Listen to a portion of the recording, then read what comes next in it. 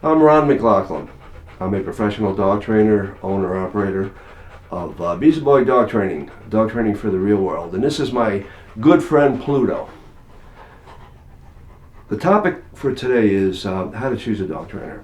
What I want to do is help you sort out. Pluto wants to get down. You have a new puppy.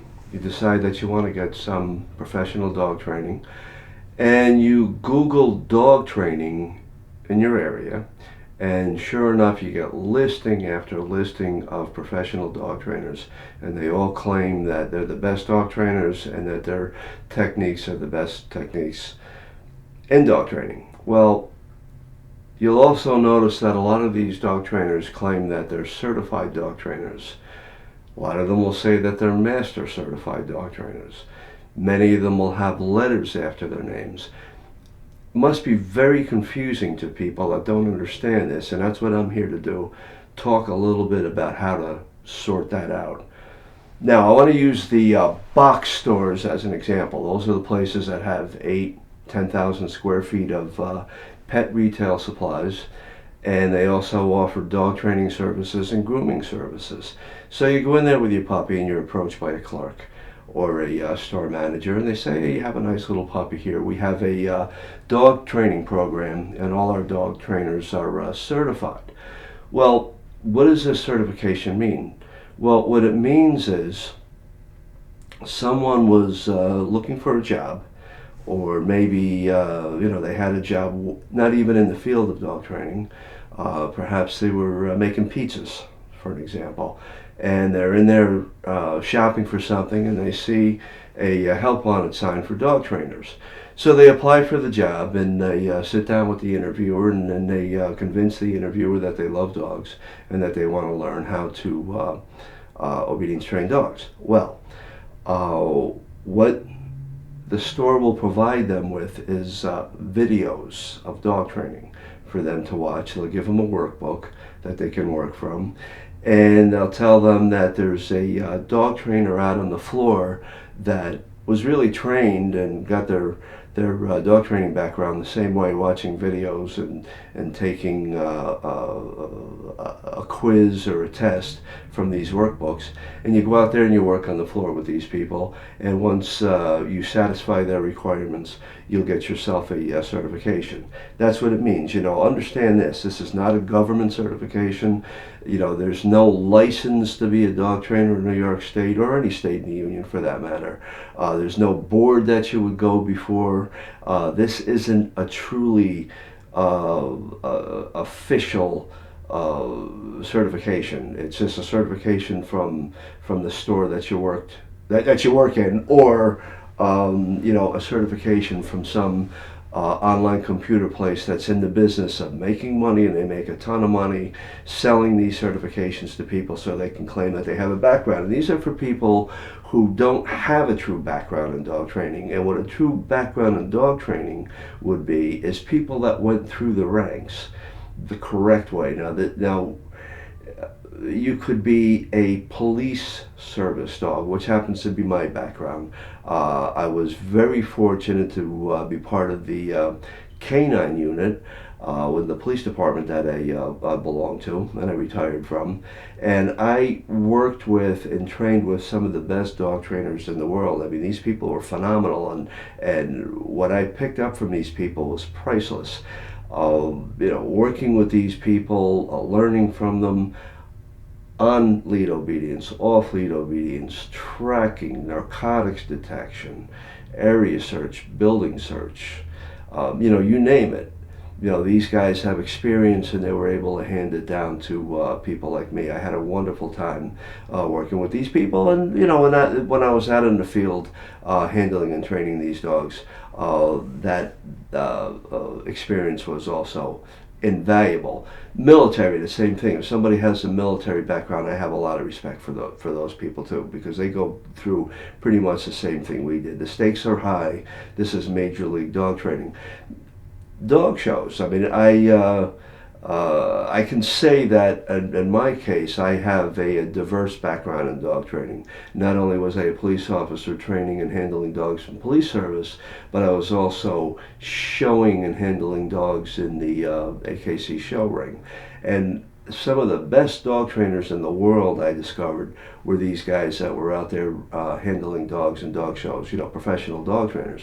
Now, a lot of these dog shows would take place in places like fairgrounds, and at the end of the day, after the show was over, there'd be a show the next day, so they would stay over. These guys would have campers, and they'd be barbecuing and campfires and drinking beer. Well, I would stay with these guys and I would pick their brains, and I got so much experience, from these people, just hanging around with these guys and probably pretty much making a nuisance of myself. This is back in the 70s, 80s, and 90s. When I was going through the ranks, and I really got a lot of respect for these people. A lot of these conformation dog handlers were also obedience dog handlers. These are the guys that would put obedience titles on dogs. They might be breeding American Staffordshire Terrier, Golden Retriever, Labrador Retriever, and they're putting obedience titles on these dogs, like a CD, which would be a companion dog, CDX, which would be a companion dog, excellent, UD, utility dog.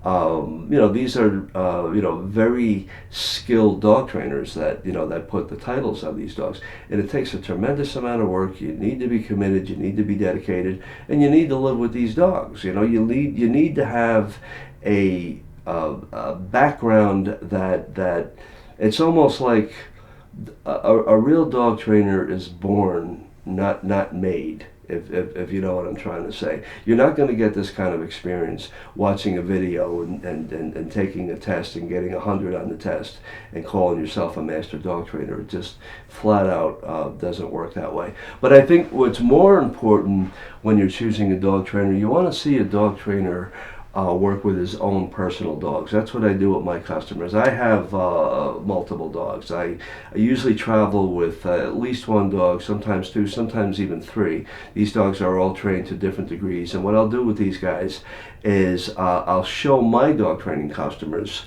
what my dogs do. In other words, we'll go for a little walk in their neighborhood. They'll see my dogs walking on the lead. They're not pulling. I stop. They sit. I tell them to stay. They remain. I call them to me. This is either on lead or off lead. I'll call them to me. My dogs will come to me. They'll sit right in front of me. The people will see this, and they'll see the activity going on around in the neighborhood. It might be a kid on a skateboard. It might be somebody on a bicycle, a jogger. Cars whizzing by, somebody will have a dog on a leash.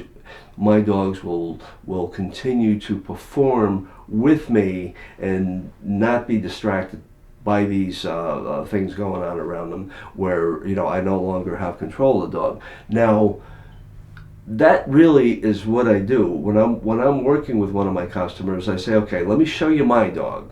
This is what my guy does. This is what my dog looks like when he's doing his obedience.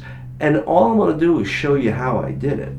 Now, you say, well, how important is that? Well, I can tell you it's very important, because if you were to go into a music store, and let's say you wanted to learn how to play piano, and the piano teacher said, oh, sure, yeah, I'm the best piano teacher there is. I have a certification, and these are my prices. I'm going to charge you $75 a half hour. Okay, you say, well, sir, could you play a song for me on the piano? And the guy says, I don't know. You sure I have to do that? Yeah, would you play something? Okay, so you get chopsticks. Whatever, chopstick sounds like. Well, to me, this is the same thing as a dog trainer that claims to be professional but doesn't have an obedience trained dog of his own. I mean, it's like a piano teacher that doesn't know how to play piano. And this is where you using your good sense and judgment comes into play. Forget about all these certifications and all these diplomas and all these letters after their names if they don't have a obedience trained dog that they can demonstrate. And one of the things that you'll notice with my guys when I'm working with my own dogs is, number one, they are highly obedient trained, and more important than that, they're happy. They're very, very happy, these guys. I don't use prong collars. I don't use the spike collars, and I certainly would never use the electric shock collars. What I believe, my theory is, and always has been, and will continue to be, A walk in the park for the dog and his owner should be very, very pleasant. It shouldn't be anything painful. You know, you get these spikes that go into a dog's neck. You know, you might have, the immediate problem solved. The dog isn't pulling so much, but then you have residual problems because you take the collar off the dog. It creates an anxiety, I believe. The dog really doesn't want to go for a walk.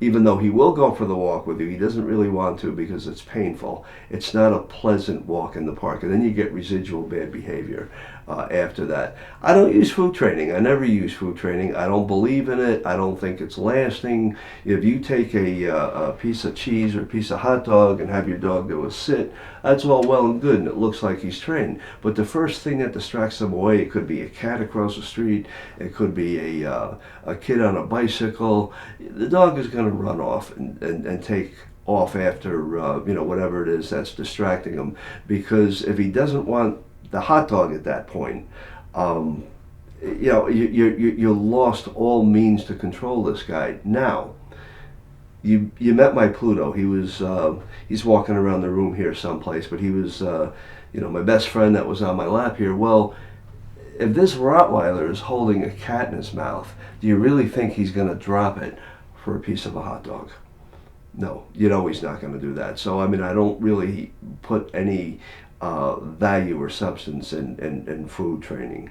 I hope this helped. I want you to know that there's a lot of great dog trainers out there. I'm in the Albany, New York area. You might be watching this in any other part of the world, or any other part of the country, I should say. And there's a lot of dog trainers out there that are very qualified, and they can show you that they're qualified. If they're going to talk about their diplomas and their certifications, that's all well and good. What you really want to see their dog is very, very important. And you want their dog to be obedient, and you want their dog to be happy. It's very, very important.